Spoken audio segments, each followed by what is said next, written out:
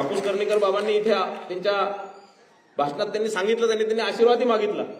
कारण आपलं पंथी फार मनातनं प्रार्थना करतात आणि एखाद्यासाठी जर प्रार्थना केली मनाने तर त्याला यशस्वी होण्याशी कोणीच थांबू शकत नाही. आणि माझा या माध्यमातून फडणवीस साहेबांचा आपल्या सर्वांना आशीर्वाद आहे. फडणवीस साहेबांना ठाकरे साहेबांनी म्हटलं की आम्ही नेहमी ज्यावेळेस येतात आम्ही मागत असतो, पण त्यांचं ते दानत त्यांची आहे की तुम्ही जितकेही मागा त्याच्यापेक्षा दुप्पट देण्याची दानत त्यांच्यामध्ये आहे. तुम्ही 10व्या मागा ते दोन्ही हातांनी ते देत असतात, पण आपल्या सर्वांना विनंती आहे की आपल्या दोन्ही हाताचे दोन्ही 10 बोटांनी त्यांना आशीर्वाद द्यावा.